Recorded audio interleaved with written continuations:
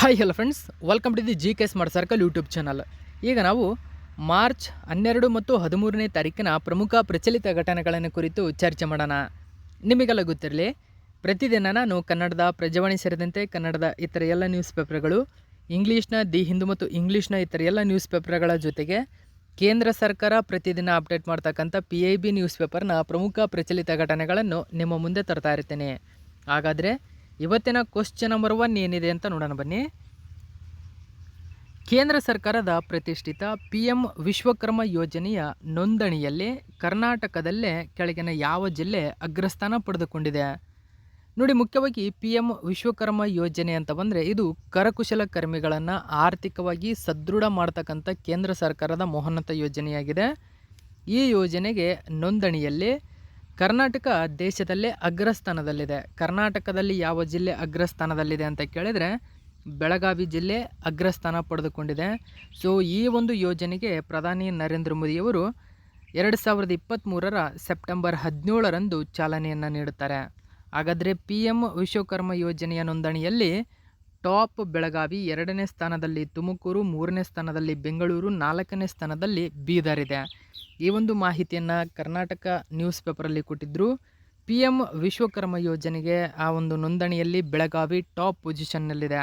ಹಾಗಾದರೆ ಯೋಜನೆಯ ಉದ್ದೇಶವೇನು, ಯಾವಾಗ ಚಾಲನೆ ನೀಡಲಾಯಿತು, ಎಲ್ಲ ಡೀಟೇಲ್ಸನ್ನು ನೋಡಿ. ಪ್ರಧಾನಿ ನರೇಂದ್ರ ಮೋದಿಯವರು ಈ ಮಹತ್ವಾಕಾಂಕ್ಷೆಯ ಹಾಗೂ ಕೇಂದ್ರ ಕೌಶಲ್ಯಾಭಿವೃದ್ಧಿ ಸಚಿವ ರಾಜೀವ್ ಚಂದ್ರಶೇಖರ್ ಅವರ ಕನಸಿನ ಕೂಸು ಇದು. ಸೊ ಈ ಒಂದು ಯೋಜನೆಯ ನೋಂದಣಿಯಲ್ಲಿ ಕರ್ನಾಟಕ ದೇಶದಲ್ಲಿಯೇ ಮೊದಲನೇ ಸ್ಥಾನದಲ್ಲಿದೆ. ಹಾಗಾದರೆ ಈ ಯೋಜನೆಯ ಉದ್ದೇಶ ಇಲ್ಲಿದೆ ನೋಡಿ, ಗಮನಿಸಿ, ಇಂಪಾರ್ಟೆಂಟ್ ಆಗುತ್ತೆ ಇದು. ಕರಕುಶಲಕರ್ಮಿಗಳನ್ನು ಗುರುತಿಸಿ ಕೌಶಲ್ಯ ಉನ್ನತೀಕರಣಗೊಳಿಸುವ ಮೂಲಕ ಅವರನ್ನು ಆರ್ಥಿಕವಾಗಿ ಸದೃಢರನ್ನಾಗಿ ಮಾಡುವ ಉದ್ದೇಶವನ್ನು ಹೊಂದಿದೆ. ಹಾಗಾದರೆ ಯೋಜನೆಗೆ ಯಾವಾಗ ಚಾಲನೆ ನೀಡಲಾಯಿತು ಅಂತ ಕೇಳಿದರೆ ನೋಡಿ, 2023 ಸೆಪ್ಟೆಂಬರ್ 17ರಂದು ಪ್ರಧಾನಿ ನರೇಂದ್ರ ಮೋದಿಯವರು ದೇಶಾದ್ಯಂತ ಇದನ್ನು ಚಾಲನೆ ನೀಡಿದ್ದಾರೆ. ಕರ್ನಾಟಕದಲ್ಲಿ ಹುಬ್ಬಳ್ಳಿಯಲ್ಲಿ ಇದಕ್ಕೆ ಚಾಲನೆ ನೀಡಲಾಯಿತು. ಮುಖ್ಯವಾಗಿ ಜನವರಿ 11ರವರೆಗೆ ಅಂದರೆ ಬರೀ 4 ತಿಂಗಳಿನಲ್ಲಿ ಕರ್ನಾಟಕದಲ್ಲಿ ಬರೋಬ್ಬರಿ 19,18,888 ಕರಕುಶಲಕರ್ಮಿಗಳು ತಮ್ಮ ಹೆಸರನ್ನು ನೋಂದಣಿ ಮಾಡಿಕೊಂಡಿದ್ದಾರೆ. ಓಕೆ, ಕೇಂದ್ರದ ಸೂಕ್ಷ್ಮ, ಸಣ್ಣ ಮತ್ತು ಮಧ್ಯಮ ಉದ್ಯಮಗಳ ಸಚಿವಾಲಯದ ಅಂಕಿಅಂಶಗಳ ಪ್ರಕಾರ ಇಡೀ ದೇಶದಲ್ಲಿ ಟೋಟಲಾಗಿ 62,24,161 ಜನರು ನೋಂದಣಿ ಮಾಡಿಕೊಂಡಿದ್ದು, 2ನೇ ಸ್ಥಾನದಲ್ಲಿ ಆಂಧ್ರ ಪ್ರದೇಶ, 3ನೇ ಸ್ಥಾನದಲ್ಲಿ ಪಶ್ಚಿಮ ಬಂಗಾಳ ಇದೆ. ನೋಡಿ, ಕ್ರಮವಾಗಿ PM ವಿಶ್ವಕರ್ಮ ಯೋಜನೆಯ ನೋಂದಣಿಯಲ್ಲಿ ಅಗ್ರಸ್ಥಾನದಲ್ಲಿರ್ತಕ್ಕಂಥ ರಾಜ್ಯಗಳು ಕರ್ನಾಟಕ, ಆಂಧ್ರ ಪ್ರದೇಶ, ಪಶ್ಚಿಮ ಬಂಗಾಳ ಇಂಪಾರ್ಟೆಂಟ್ ಆಗುತ್ತೆ. ಸೊ ಹಾಗಾದರೆ ಇದು ಕಮ್ಮಾರರು, ಅಕ್ಕಸಾಲಿಗರು, ಕುಂಬಾರರು, ಬಡಗಿಗಳು, ಶಿಲ್ಪಿಗಳು, ಬೋಟ್ ಮೇಕರ್ಗಳು, ದರ್ಜಿಗಳು ಸೇರಿದಂತೆ ಒಟ್ಟು 18 ಕರಕುಶಲ ಚಟುವಟಿಕೆಗಳಲ್ಲಿ ಯಾರು ತೊಡಗಿಸಿಕೊಂಡಿರುತ್ತಾರೆಯೋ ಅಂತಹ ಅರ್ಹರಿಗೆ ಮಾತ್ರ ಈ ಯೋಜನೆಯಡಿ ನೋಂದಣಿ ಮಾಡಿಕೊಳ್ಳಲು ಅವಕಾಶ ಕಲ್ಪಿಸಲಾಗಿದೆ. ದೇಶದಲ್ಲಿ ಈ ಯೋಜನೆಗೆ ನೋಂದಣಿ ಮಾಡಿದವರ 62.24 ಲಕ್ಷ ಜನರ ಪೈಕಿ ಅತಿ ಹೆಚ್ಚು ಅಂದರೆ 32,24,504 ಜನರು ದರ್ಜಿಗಳಾಗಿದ್ದಾರೆ. ಅಂದರೆ ಅತಿ ಹೆಚ್ಚು ಅಪ್ಲಿಕೇಶನ್ ನೋಂದಣಿ ಮಾಡಿಕೊಂಡಿರ್ತಕ್ಕಂಥವ್ರು ಯಾರು ಅಂದರೆ ದರ್ಜಿಗಳಾಗಿದ್ದಾರೆ. ಇದು ಇಂಪಾರ್ಟೆಂಟ್ ಆಗುತ್ತೆ ನೋಡಿ, ದರ್ಜಿಗಳು. ಉಳಿದಂತೆ ಮೇಸ್ತ್ರಿಗಳು 11 ಲಕ್ಷ ಇದೆ. ಇನ್ನು ಕಾರ್ಪೆಂಟರ್ಗಳು 4,33,000 ಇರತಕ್ಕಂಥದ್ದು. ರಾಜ್ಯದಲ್ಲಿ ಬೆಳಗಾವಿ ಟಾಪ್ ಪೊಸಿಷನ್ನಲ್ಲಿದೆ ನೋಡಿ. ಬೆಳಗಾವಿ ಅಗ್ರಸ್ಥಾನದಲ್ಲಿದ್ದರೆ ಮುಖ್ಯ, ನಂತರ ಸ್ಥಾನದಲ್ಲಿ ತುಮಕೂರು, ಬೀದರು ಓಕೆ ಸೊ ಸ್ಥಾನವನ್ನು ಪಡೆದುಕೊಂಡಿರ್ತಕ್ಕಂಥದ್ದು. ಇಲ್ಲಿ ಕೊನೆಯ ಸ್ಥಾನದಲ್ಲಿದೆ ಕೊಡಗು ಇಂಪಾರ್ಟೆಂಟ್ ಆಗುತ್ತೆ, ಗಮನದಲ್ಲಿರಲಿ. ಸೊ ಓಕೆ ಸೊ ನೋಂದಣಿಯನ್ನು ಧಾರವಾಡ ಜಿಲ್ಲೆಯಲ್ಲಿ ಟೋಟಲಾಗಿ 89,374 ಜನರು ನೋಂದಣಿ ಮಾಡಿಕೊಂಡಿದ್ದು 8ನೇ ಸ್ಥಾನದಲ್ಲಿದೆ ಎಂದು ಕೈಗಾರಿಕಾ ಮತ್ತು ವಾಣಿಜ್ಯ ಇಲಾಖೆಯ ಜಂಟಿ ನಿರ್ದೇಶಕ ಶಿವಪುತ್ರಪ್ಪ ಹೊಸಮನಿ ಈ ಒಂದು ಮಾಹಿತಿ ನೀಡಿದ್ದಾರೆ. ದೇಶದಲ್ಲಿ ವಿವಿಧ ರಾಜ್ಯಗಳಲ್ಲಿ PM ವಿಶ್ವಕರ್ಮ ಯೋಜನೆ ನೋಂದಣಿ ಟಾಪಲ್ಲಿರ್ತಕ್ಕಂಥ ರಾಜ್ಯಗಳನ್ನು ಕುರಿತು ನಾವು ನೋಡೋದಾದರೆ ಟಾಪ್ 10 ರಾಜ್ಯಗಳನ್ನು ನಿಮ್ಮ ಮುಂದೆ ತಂದಿದ್ದೇನೆ. ಕರ್ನಾಟಕ, ಆಂಧ್ರ, ಪಶ್ಚಿಮ ಬಂಗಾಳ, ಉತ್ತರ ಪ್ರದೇಶ, ಅಸ್ಸಾಂ ಟಾಪ್ 5 ಪೊಸಿಷನ್ನಲ್ಲಿದ್ದಾವೆ. ಟಾಪ್ 10 ನಾನು ನಿಮ್ಮ ಮುಂದೆ ತಂದಿರತಕ್ಕಂಥದ್ದು. ಸೊ ಈ ಕಾರಣಕ್ಕಾಗಿ ನಂತರ ಸ್ಥಾನದಲ್ಲಿ ತಮಿಳುನಾಡು, ಬಿಹಾರ, ಒಡಿಸ್ಸಾ, ಗುಜರಾತ್, ರಾಜಸ್ಥಾನವಿದೆ. ಇನ್ನು ಕರ್ನಾಟಕದ ವಿವಿಧ ಜಿಲ್ಲೆಗಳಲ್ಲಿ ನೋಂದಣಿ ಸಂಖ್ಯೆ ನೋಡೋದಾದರೆ ನಾನು ಹೇಳಿದಂತೆ ಬೆಳಗಾವಿ, ತುಮಕೂರು, ಬೆಂಗಳೂರು ನಗರ, ಬೀದರ್, ಚಿತ್ರದುರ್ಗ, ಮೈಸೂರು, ಧಾರವಾಡ, ಚಿಕ್ಕಬಳ್ಳಾಪುರ, ಕಲಬುರಗಿ ಸ್ಥಾನವನ್ನು ಪಡೆದುಕೊಂಡಿವೆ. ನೆಕ್ಸ್ಟ್ ನಾವು ಎರಡನೇ ಕ್ವಶನ್ ಏನಿದೆ ಅಂತ ನೋಡೋಣ ಬನ್ನಿ. ಇತ್ತೀಚೆಗೆ ಭಾರತದ ರಾಷ್ಟ್ರಪತಿ ದ್ರೌಪದಿ ಮುರ್ಮು ಮಾರ್ಚ್ 11, 2024ರಂದು ಕೆಳಗಿನ ಯಾವ ದೇಶದ ರಾಷ್ಟ್ರೀಯ ದಿನಾಚರಣೆಯಲ್ಲಿ ಮುಖ್ಯ ಅತಿಥಿಯಾಗಿ ಭಾಗವಹಿಸಿದರು? ನೋಡಿ, ತುಂಬಾ ಇಂಪಾರ್ಟೆಂಟ್ ಆಗುತ್ತೆ ಸ್ನೇಹಿತರೆ. ನಮ್ಮ ದೇಶದ ರಾಷ್ಟ್ರೀಯ ದಿನಾಚರಣೆಗೆ ಒಬ್ಬೊಬ್ಬರ ಅತಿಥಿಗಳನ್ನು ನಾವು ಕರಿತಾ ಇರ್ತೀವಿ ಪ್ರತಿ ವರ್ಷ ಗಣರಾಜ್ಯೋತ್ಸವಕ್ಕೆ. ಹಾಗೆಯೇ ರಾಷ್ಟ್ರಪತಿ ದ್ರೌಪದಿ ಮುರ್ಮು ಒಂದು ದೇಶಕ್ಕೆ ಮುಖ್ಯ ಅತಿಥಿಯಾಗಿ ಅಂದರೆ ರಾಷ್ಟ್ರೀಯ ದಿನಾಚರಣೆಯಂದು ಭಾಗವಹಿಸಿದ್ದಾರೆ. ಸೊ ಸರಿಯಾಗಿರತಕ್ಕಂಥ ಉತ್ತರ ಮಾರಿಷಸ್. ಮಾರಿಷಸ್ನ ರಾಷ್ಟ್ರೀಯ ದಿನ ಮಾರ್ಚ್ 11. ನೋಡಿ, ಮಾರ್ಚ್ 11 ಮಾರಿಷಸ್ನ ರಾಷ್ಟ್ರೀಯ ದಿನವಾಗಿದೆ. ಆ ದಿನದಂದು ಆಚರಿಸಲಾಗಿರತಕ್ಕಂಥ ರಾಷ್ಟ್ರೀಯ ದಿನಾಚರಣೆಯಲ್ಲಿ ಮುಖ್ಯ ಅತಿಥಿಯಾಗಿ ಭಾರತದ ರಾಷ್ಟ್ರಪತಿ ಭಾಗವಹಿಸಿದ್ದಾರೆ. ಇದು ತುಂಬಾ ಇಂಪಾರ್ಟೆಂಟ್ ಆಗುತ್ತೆ. ಇಂಡಿಯನ್ ಎಕ್ಸ್ಪ್ರೆಸ್ ಪೇಪರ್ನಲ್ಲಿ ಒಂದು ಮಾಹಿತಿಯನ್ನು ಕೊಟ್ಟಿದ್ದಾರೆ. President Droupadi Murmu arrives in Mauritius to be chief guest at the national day. ನೋಡಿ, ಮಾರಿಷಸ್ನ ನ್ಯಾಷನಲ್ ಡೇಗೆ ಚೀಫ್ ಗೆಸ್ಟ್ ಆಗಿ ಪ್ರೆಸಿಡೆಂಟ್ ದ್ರೌಪದಿ ಮುರ್ಮು ಅಲ್ಲಿ ಲೀಡ್ ಮಾಡಿರ್ತಕ್ಕಂಥದ್ದು. ಇದರ ಬಗ್ಗೆ ಹೆಚ್ಚಿನ ಮಾಹಿತಿ ನೀವು ಗಮನಿಸಬಹುದು. ಓಕೆ, ಸೊ ಇಲ್ಲಿ ಕೊಟ್ಟಿದ್ದಾರೆ ಮಾರಿಷಸ್ನ ರಾಷ್ಟ್ರೀಯ ದಿನಾಚರಣೆಯ ಮುಖ್ಯ ಅತಿಥಿಗಳಾಗಿದ್ದಾರೆ. ಅವರು 2000ರಿಂದ ಮಾರಿಷಸ್ನ ರಾಷ್ಟ್ರೀಯ ದಿನಾಚರಣೆಯಲ್ಲಿ ಮುಖ್ಯ ಅತಿಥಿಯಾಗಿ ಭಾಗವಹಿಸಿದಂತಹ 6ನೇ ಭಾರತೀಯ ರಾಷ್ಟ್ರಪತಿಯಾಗಿದ್ದಾರೆ.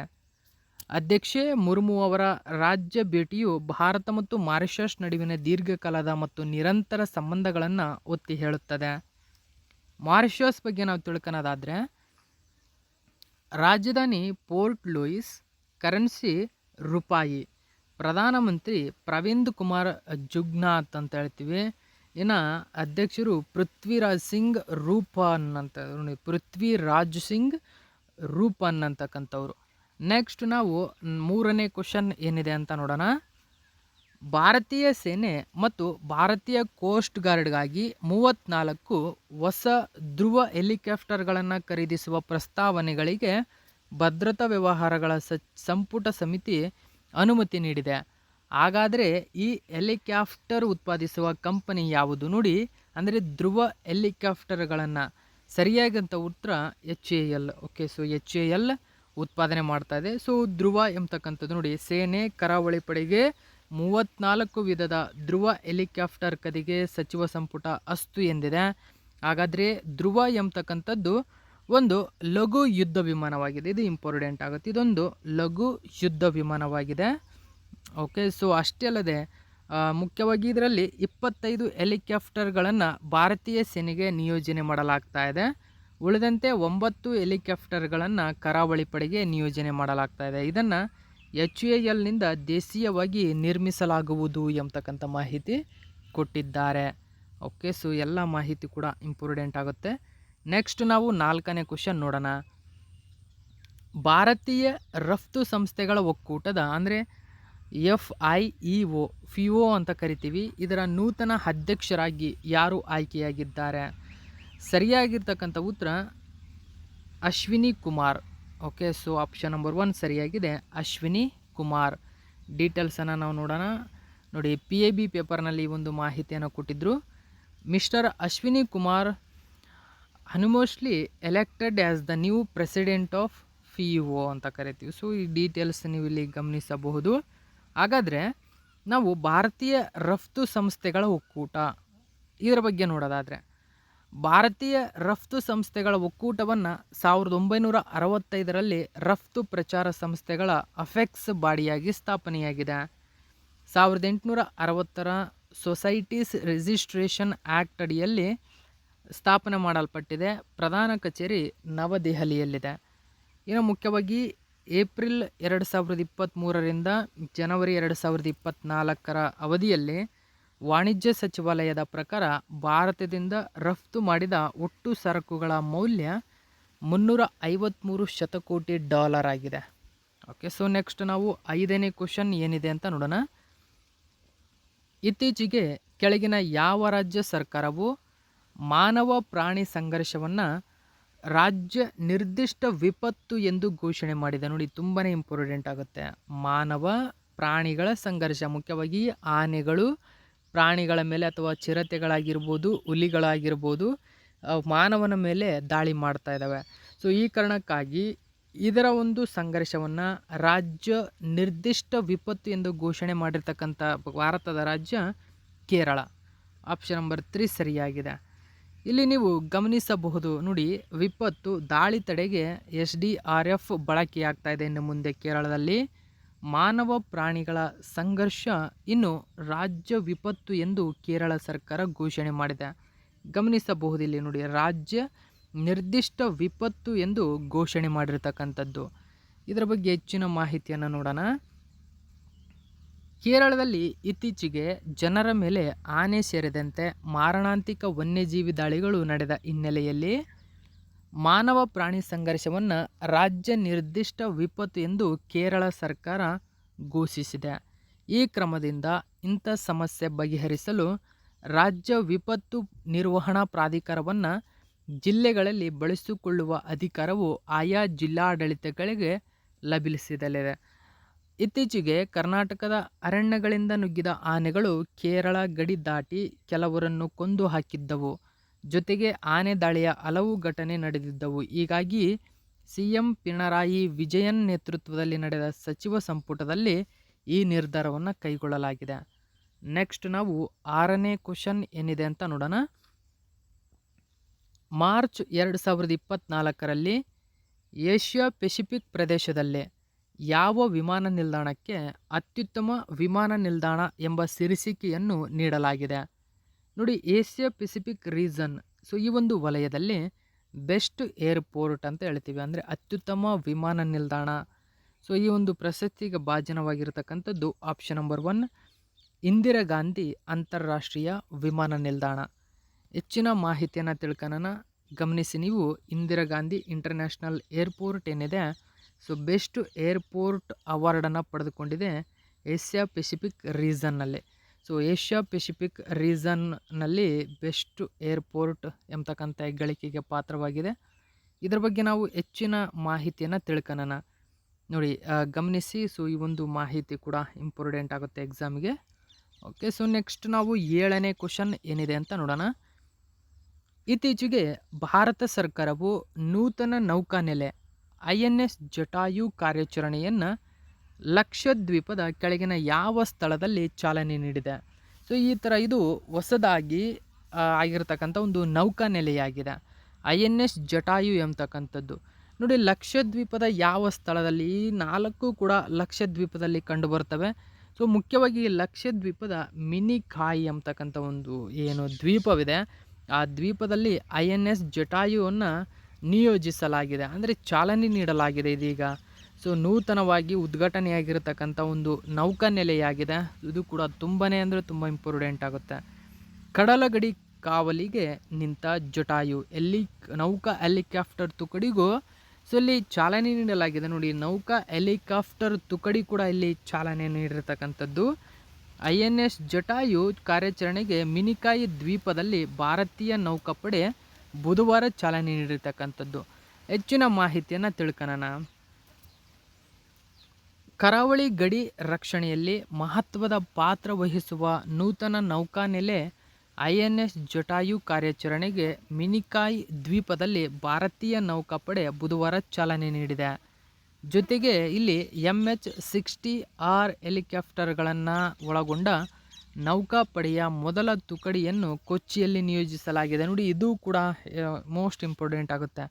ಅದರ ಜೊತೆಗೆ ನೋಡಿ, MH-60R ಅಂತ ಕರಿತೀವಿ, MH-60R. ಓಕೆ, ಸೊ MH-60R ಎಂಬುದು ಹೆಲಿಕಾಪ್ಟರ್ ಆಗಿದೆ. ಸೊ ಇದೊಂದು ಹೆಲಿಕಾಪ್ಟರ್ಗಳನ್ನು ಒಳಗೊಂಡಂತಹ ನೌಕಾಪಡೆಯ ಮೊಟ್ಟ ಮೊದಲ ತುಕಡಿಯಾಗಿದೆ. ಇದು ನೋಡಿ, ಈ ತರಹದ ಸಣ್ಣ ಪುಟ್ಟ ಕ್ವಶನ್ಗಳು ನಿಮಗೆ ಎಕ್ಸಾಮಿಗೆ ಇಂಪಾರ್ಟೆಂಟ್ ಆಗುತ್ತೆ. ಇದನ್ನು ಕೂಡ ಎಲ್ಲಿ ನಿಯೋಜಿಸಲಾಗಿದೆ ಇತ್ತೀಚೆಗೆ ಅಂತ ಕೇಳಿದರೆ ಕೊಚ್ಚಿಯಲ್ಲಿ. ಓಕೆ, ಕೊಚ್ಚಿಯಲ್ಲಿ ನಿಯೋಜಿಸಲಾಗಿದೆ. ಇದೇ ಸಂದರ್ಭದಲ್ಲಿ ಜಟಾಯುವಿನ ಮೊದಲ ಕಮಾಂಡಿಂಗ್ ಆಫೀಸರ್ ಆಗಿ ನೇಮಕವಾಗಿರುವ ಕಮಾಂಡರ್ ರೊತ ಬಘೇಲ್ ಅಂತ ಹೇಳ್ತೇವೆ. ರೊತ ಬಘೇಲ್ ಅಧಿಕಾರ ವಹಿಸಿಕೊಂಡರು. ನೌಕಾಪಡೆಯ ಮುಖ್ಯಸ್ಥ ಅಡ್ಮಿರಲ್ ಆಗಿರ್ತಕ್ಕಂಥವರು ಆರ್ ಹರಿಕುಮಾರ್ ಇಲ್ಲಿ ಉಪಸ್ಥಿತರಿದ್ದರು. INS ಜಟಾಯುವಿನ ಪ್ರಮುಖ ಮುಖ್ಯಾಂಶಗಳು ಏನು ಹಾಗಾದರೆ? INS ಜಟಾಯು ಹಿಂದೆ ನೌಕಾಪಡೆಯ ಮಿನಿಕಾಯ್ ಲಕ್ಷದ್ವೀಪ ಸಮೂಹದಲ್ಲಿರುವ ಆ ದ್ವೀಪದಲ್ಲಿ ನೆಲೆಯಾಗಿ ನಿಂತುಕೊಂಡಿದೆ. ಇದು ದಕ್ಷಿಣ ನೌಕಾ ಕಮಾಂಡನ ಉಸ್ತುವಾರಿ ನೌಕಾ ಅಧಿಕಾರಿಯ ಕಾರ್ಯಾಚರಣೆಯ ನಿಯಂತ್ರಣದಲ್ಲಿ ಕಾರ್ಯನಿರ್ವಹಿಸುತ್ತದೆ. ನೋಡಿ, ಇನ್ನು ಮುಂದೆ ಇದು ದಕ್ಷಿಣ ನೌಕಾ ಕಮಾಂಡ್ ಆಗಿದೆ. ಓಕೆ, ಸೊ ದಕ್ಷಿಣ ನೌಕಾ ಕಮಾಂಡ್ ಆಗಿ ಕಾರ್ಯನಿರ್ವಹಿಸುತ್ತದೆ. INS ಜಟಾಯು ಪರಿಣಾಮಕಾರಿಯಾಗಿ ಲಕ್ಷದ್ವೀಪದಲ್ಲಿ ದೇಶದ 2ನೇ ನೌಕಾ ನೆಲೆಯಾಗಿರತಕ್ಕಂಥದ್ದಾಗಿದೆ. ನೋಡಿ, 2ನೇ ನೌಕಾ ನೆಲೆ ಸ್ನೇಹಿತರೆ, ಅದು ಎಲ್ಲ ಮಾಹಿತಿ ಕೂಡ ಇಂಪಾರ್ಟೆಂಟ್ ಆಗುತ್ತೆ. INS ಲಕ್ಷದ್ವೀಪದ 2ನೇ ನೌಕಾ ನೆಲೆ ಅಂದರೆ ದ್ವೀಪಗಳಲ್ಲಿ ನೌಕಾಪಡೆಯ ಮೊದಲ ನೆಲೆ ಕರವಟ್ಟಿಯಲ್ಲಿ INS ದ್ವೀಪ್ ರಕ್ಷಕ್ ಅಂತ ಕರಿತೀವಿ. ನೋಡಿ, INS ದ್ವೀಪ್ ರಕ್ಷಕ್ 2012ರಲ್ಲಿ ಕಾರ್ಯಾರಂಭಗೊಂಡಿದೆ ಆಲ್ರೆಡಿ. ಓಕೆ, ಲಕ್ಷದ್ವೀಪದ ಕರವಟ್ಟಿಯಲ್ಲಿ INS ದ್ವೀಪ್ ರಕ್ಷಕ್ ಆಲ್ರೆಡಿ ಕಾರ್ಯಾರಂಭಗೊಂಡಿದೆ 2012ರಲ್ಲಿ. ಈಗ 2ನೇ ನೌಕಾ ನೆಲೆ INS ಜಟಾಯು, ಓಕೆ, ಎಲ್ಲಿ ಮಿನಿಕಾಯ್ ದ್ವೀಪದಲ್ಲಿ. INS ಜಟಾಯು ಇರುವ ಮಿನಿಕಾಯ್ ದ್ವೀಪವು 8 ಡಿಗ್ರಿ ಚಾನಲ್ ಮತ್ತು 9 ಡಿಗ್ರಿ ಚಾನಲ್ನಂತಹ ನಿರ್ಣಾಯಕ ಸಮುದ್ರ ಸಂಪರ್ಕಗಳ ಛೇದಕವಾಗಿದೆ. ನೋಡಿ, SLOCನ ಛೇದಕ ಇದು. ಓಕೆ, ಸೊ ಅಂದರೆ 8 ಡಿಗ್ರಿ ಚಾನಲ್ ಏನಿದೆ ಮತ್ತು 9 ಡಿಗ್ರಿ ಚಾನಲ್ಗೆ ಇದು ಮುಖ್ಯವಾಗಿ ಅವು ಎರಡನ್ನೂ ಇದು ಛೇದ ಮಾಡುತ್ತದೆ, ಬೇರ್ಪಡಿಸುತ್ತದೆ.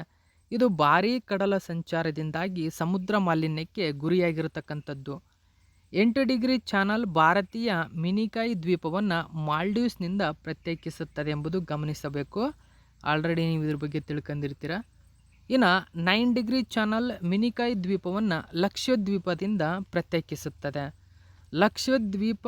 ದ್ವೀಪಗಳನ್ನು ಕುರಿತು ನಾವು ನೋಡೋದಾದರೆ, ಭಾರತದ ಅತ್ಯಂತ ಚಿಕ್ಕ ಕೇಂದ್ರಾಡಳಿತ ಪ್ರದೇಶ ಲಕ್ಷದ್ವೀಪ ಎಂಬುದು ಸಂಸ್ಕೃತ ಮತ್ತು ಮಲಯಾಳಂನಲ್ಲಿ 100,000 ದ್ವೀಪಗಳು ಎಂಬತಕ್ಕಂಥ ಅರ್ಥವನ್ನು ಕೊಡುತ್ತದೆ.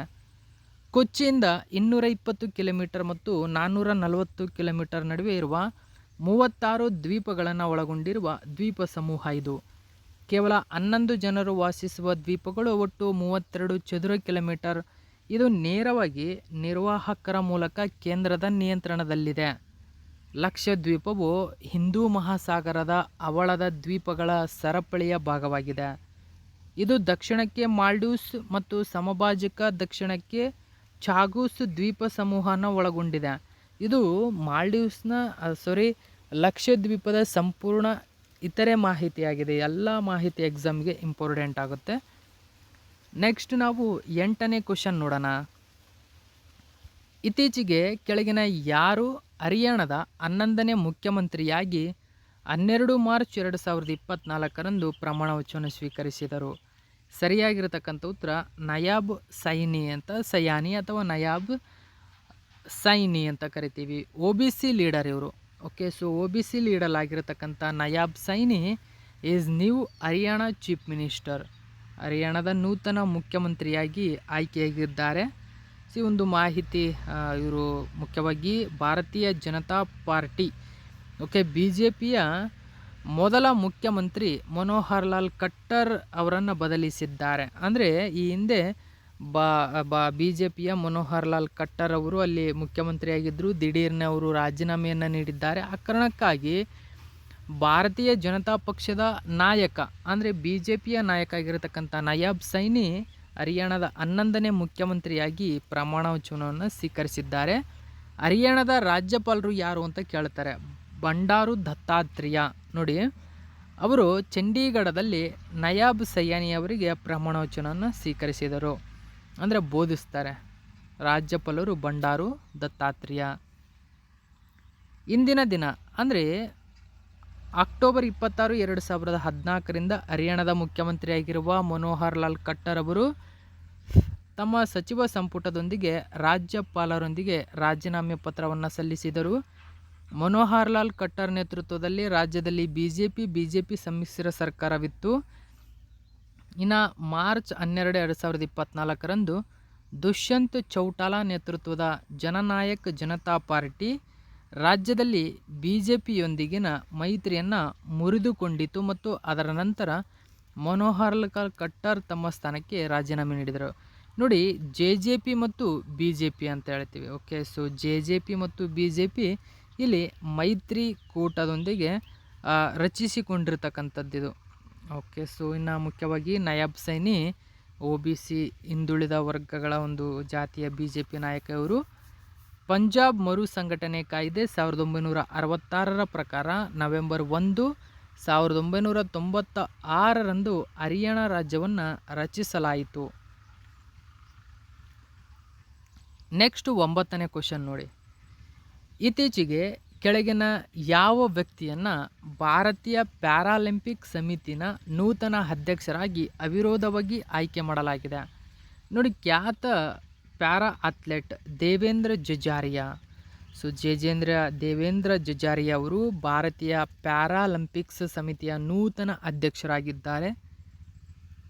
ಓಕೆ, ಸೊ ಕನ್ನಡದ ನ್ಯೂಸ್ ಪೇಪರಲ್ಲಿ ಕೊಟ್ಟಿದ್ದರು. ದೇವೇಂದ್ರ ಜಜಾರಿಯಾ ಭಾರತದ ಪ್ಯಾರಾಲಿಂಪಿಕ್ ಸಮಿತಿಯ ನೂತನ ಅಧ್ಯಕ್ಷರಾಗಿ ಆಯ್ಕೆಯಾಗಿದ್ದಾರೆ.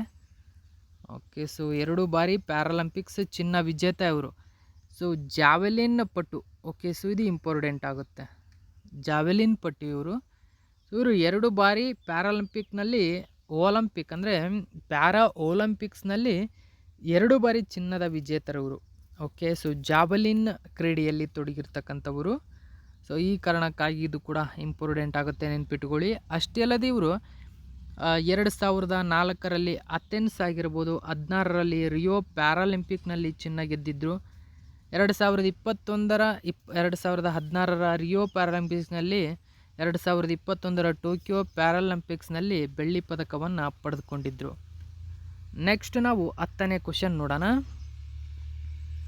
ಇತ್ತೀಚೆಗೆ ಬಿಡುಗಡೆಯಾದ ಸ್ವಾಲೋಯಿಂಗ್ ದ ಸನ್, ನೋಡಿ ಇಂಗ್ಲೀಷಲ್ಲೂ ಕೂಡ ನೋಡ್ಕೊಳ್ಳಿ. ಸ್ವಾಲೋಯಿಂಗ್ ದ ಸನ್ ಕೃತಿಯನ್ನು ಕೆಳಗಿನ ಯಾರು ಬರೆದಿದ್ದಾರೆ? ಸರಿಯಾಗಿರತಕ್ಕಂಥ ಉತ್ತರ ಲಕ್ಷ್ಮೀ ಮುರುಡೇಶ್ವರ ಪುರಿ ಅಂತ ಕರಿತೀವಿ. ಓಕೆ, ಸೊ ವಿಶ್ವಸಂಸ್ಥೆಯ ಮಾಜಿ ಪ್ರಧಾನ ಸಹಾಯಕ ಕಾರ್ಯದರ್ಶಿಗಳಿವರು. ಓಕೆ, ಸೊ ನೋಡಿ, ಯುನೈಟೆಡ್ ನೇಷನ್ನ ಮಾಜಿ ಪ್ರಧಾನ ಸಹಾಯಕ ಕಾರ್ಯದರ್ಶಿಗಳು ಲಕ್ಷ್ಮೀ ಮುರುಡೇಶ್ವರ್ ಪುರಿಯವರು ಮೊದಲ ಕಾದಂಬರಿ ಸ್ವಾಲೋಯಿಂಗ್ ದ ಸನ್ ಕೃತಿ ಇತ್ತೀಚೆಗಷ್ಟೇ ಬಿಡುಗಡೆಗೊಂಡಿದೆ. ಸೊ ಈ ಕೃತಿ ಸ್ವಾತಂತ್ರ್ಯ ಪೂರ್ವದ ದಿನಗಳ ಕಥಾ ಎಳೆಯನ್ನು ಹೊಂದಿರುವ ಈ ಕಾದಂಬರಿ ಮಹಿಳಾ ಸಬಲೀಕರಣದ ಪರಿಕಲ್ಪನೆಯನ್ನು ಒಳಗೊಂಡಿರ್ತಕ್ಕಂಥದ್ದು. ಓಕೆ, ಸೊ ಇದು ಕೂಡ ಇಂಪಾರ್ಟೆಂಟ್ ಆಗುತ್ತೆ. ನೆಕ್ಸ್ಟ್ 11ನೇ ಕ್ವಶನ್ ನೋಡಿ. ಇತ್ತೀಚೆಗೆ ಟೆಸ್ಟ್ ಕ್ರಿಕೆಟ್ನಲ್ಲಿ 700 ವಿಕೆಟ್ಗಳನ್ನು ಪೂರ್ಣಗೊಳಿಸಿದಂತಹ ವಿಶ್ವದ ಮೊದಲ ವೇಗದ ಬೌಲರ್, ನೋಡಿ ವೇಗದ ಬೌಲರ್ ಇಲ್ಲಿ ಇಂಪಾರ್ಟೆಂಟ್ ಆಗುತ್ತೆ. ವಿಶ್ವದ ಮೊದಲ ವೇಗದ ಬೌಲರ್ ಯಾರು, 700 ವಿಕೆಟ್ಗಳನ್ನು ಪೂರ್ಣಗೊಳಿಸಿದರು ಅಂತ ಕೇಳಿದರೆ ಸರಿಯಾಗಿರತಕ್ಕಂಥ ಉತ್ತರ option number 3 James Anderson. Okay, so ಗಮನಿಸಬಹುದು, ವೇಗಿ ಜೇಮ್ಸ್ ಆಂಡರ್ಸನ್ 700 ವಿಕೆಟ್ ಮೈಲುಗಲ್ಲು. ಈ ಸಾಧನೆ ಮಾಡಿದ ಏಕೈಕ ವೇಗಿ ಅಂದರೆ ವೇಗದ ಬೌಲರ್ ಎಂಬ ಹೆಗ್ಗಳಿಕೆಯಲ್ಲಿದ್ದಾರೆ. ನಾವು ಏನು ಉಳಿದಂತೆ ಮಾಹಿತಿ ನೋಡೋಣ. ಇಂಗ್ಲೆಂಡ್ ತಂಡದ ಹಿರಿಯ ವೇಗಿ ಜೇಮ್ಸ್ ಆಂಡರ್ಸನ್ ಅವರು ಟೆಸ್ಟ್ ಕ್ರಿಕೆಟ್ನಲ್ಲಿ ಇತಿಹಾಸ ಸೃಷ್ಟಿಸಿದ್ದಾರೆ. ಟೆಸ್ಟ್ ಕ್ರಿಕೆಟ್ನಲ್ಲಿ 700 ವಿಕೆಟ್ಗಳನ್ನು ಪೂರ್ಣಗೊಳಿಸಿದ ವಿಶ್ವದ ಮೊದಲ ವೇಗದ ಬೌಲರ್ ಎಂದು ಸಾಧನೆಗೆ ಜೇಮ್ಸ್ ಆಂಡರ್ಸನ್ ಭಾಜನರಾಗಿದ್ದಾರೆ. ಧರ್ಮಶಾಲಾದಲ್ಲಿ ಭಾರತದ ವಿರುದ್ಧ ನಡೆಯುತ್ತಿರುವ 5ನೇ ಟೆಸ್ಟ್ ಪಂದ್ಯದ 3ನೇ ದಿನ ಕುಲ್ದೀಪ್ ಯಾದವ್ ಅವರ ವಿಕೆಟ್ ಪಡೆಯುವ ಮೂಲಕ 700 ಟೆಸ್ಟ್ ವಿಕೆಟ್ನ ಮೈಲುಗಲ್ಲನ್ನು ಸಾಧಿಸಿದ್ದಾರೆ. ಇನ್ನು ಟೆಸ್ಟ್ ಕ್ರಿಕೆಟ್ನಲ್ಲಿ ದಿಗ್ಗಜರಾದ ಮುತ್ತಯ್ಯ ಮುರಳೀಧರನ್ 800 ವಿಕೆಟ್ ಪಡೆದಿದ್ದಾರೆ. Shane warn 708 wicket. ನಂತರ ರೆಡ್ ಬಾಲ್ ಕ್ರಿಕೆಟ್ನಲ್ಲಿ 700 ವಿಕೆಟ್ ಪೂರ್ಣಗೊಳಿಸಿದ 3ನೇ ಬೌಲರ್ ಎಂಬ ಸಾಧನೆಗೆ ಆಂಡರ್ಸನ್ ಪಾತ್ರವಾಗಿದ್ದಾರೆ. ಓಕೆ, ಸೊ ನೋಡಿ ಇದು ಕೂಡ ಇಂಪಾರ್ಟೆಂಟ್ ಆಗುತ್ತೆ. ರೆಡ್ ಬಾಲ್ ಕ್ರಿಕೆಟ್ನಲ್ಲಿ 700 ವಿಕೆಟ್ ಪೂರ್ಣಗೊಳಿಸಿದ 3ನೇ ಬೌಲರ್ ಇವರು. ನೆಕ್ಸ್ಟ್ 12ನೇ ಕ್ವಶನ್ ನೋಡಿ. ಇತ್ತೀಚೆಗೆ CM ಸಿದ್ದರಾಮಯ್ಯನವರು ಕೆಳಗಿನ ಯಾವ ಸ್ಥಳದಲ್ಲಿ ಆಹಾರ ಸೌಧ ಕಟ್ಟಡದ ಶಂಕುಸ್ಥಾಪನೆಯನ್ನು ನೆರವೇರಿಸಿದ್ದಾರೆ? ನೋಡಿ, ಆಹಾರ ಸೌಧ ಕಟ್ಟಡ ಎಲ್ಲಿ ಉದ್ಘಾಟನೆಗೊಳ್ಳಲಿದೆ? ಕರ್ನಾಟಕ ಸರ್ಕಾರದ ಪ್ರಮುಖ ಯೋಜನೆಯೇ ಇದು. ಬೆಂಗಳೂರಿನಲ್ಲಿ ಉದ್ಘಾಟನೆಗೆ ಶಂಕುಸ್ಥಾಪನೆ ನೆರವೇರಿಸಿದ್ದಾರೆ. ಆಹಾರ ಸೌಧ ಕಟ್ಟಡ. ಸೊ ಇಲ್ಲಿ ನೀವು ಗಮನಿಸಬಹುದು, ಸನ್ಮಾನ್ಯ ಶ್ರೀ ಸಿದ್ದರಾಮಯ್ಯನವರಿಂದ ಆಹಾರ ಸೌಧ ಕಟ್ಟಡಕ್ಕೆ ಶಂಕುಸ್ಥಾಪನೆಯಾಗಿದೆ. ಹಾಗಾದರೆ ಎಲ್ಲಿ ಈ ಆಹಾರ ಸೌಧ ನಿರ್ಮಾಣಗೊಳ್ಳಲಿದೆ ಅಂತ ಕೇಳಿದರೆ ಬೆಂಗಳೂರಿನಲ್ಲೇ. ಓಕೆ, ನೋಡಿ, ಮುಖ್ಯಮಂತ್ರಿ ಸಿದ್ದರಾಮಯ್ಯನವರು ಇಂದು ಆಹಾರ ಮತ್ತು ನಾಗರಿಕ ಸರಬರಾಜು ಇಲಾಖೆ, ಗ್ರಾಹಕ ವ್ಯವಹಾರಗಳ ಹಾಗೂ ಮಾಪನಶಾಸ್ತ್ರ ಇಲಾಖೆಯಿಂದ ಆಯೋಜಿಸಿರುವ ಆಹಾರ ಸೌಧ ಕಟ್ಟಡದ ಶಂಕುಸ್ಥಾಪನೆಯನ್ನು ಬೆಂಗಳೂರಿನಲ್ಲಿ ನೆರವೇರಿಸಿದರು. ಇದರ ವೈಶಿಷ್ಟ್ಯವೇನು ಹಾಗಾದರೆ? ಇದು ಮುಖ್ಯವಾಗಿ ನೋಡಿ, 30,000 ಚದುರ ಅಡಿ ವಿಸ್ತೀರ್ಣದ ಜಾಗದಲ್ಲಿ ನಿರ್ಮಾಣ. ಟೋಟಲಾಗಿ 49.50 ಕೋಟಿ ವೆಚ್ಚದಲ್ಲಿ ಕಟ್ಟಡ ನಿರ್ಮಾಣ. ಆಹಾರ, ನಾಗರಿಕ ಸರಬರಾಜು ಹಾಗೂ ಗ್ರಾಹಕ ವ್ಯವಹಾರಗಳ ಇಲಾಖೆಯ ಕಚೇರಿ, ಸಂಕೀರ್ಣ ಹಾಗೂ ಕಾನೂನು ಮಾಪನಶಾಸ್ತ್ರ ಇಲಾಖೆಗಳಿಗೆ ಸಂಬಂಧಿಸಿದಂತೆ ಪ್ರಯೋಗಾಲಯಗಳನ್ನು ಕೂಡ ಅವರು ಇಲ್ಲಿ ಶಂಕುಸ್ಥಾಪನೆ ನಿರ್ಮಾಣಕ್ಕೆ ಅಡಿಗಲ್ಲು ಹಾಕಿದ್ದಾರೆ.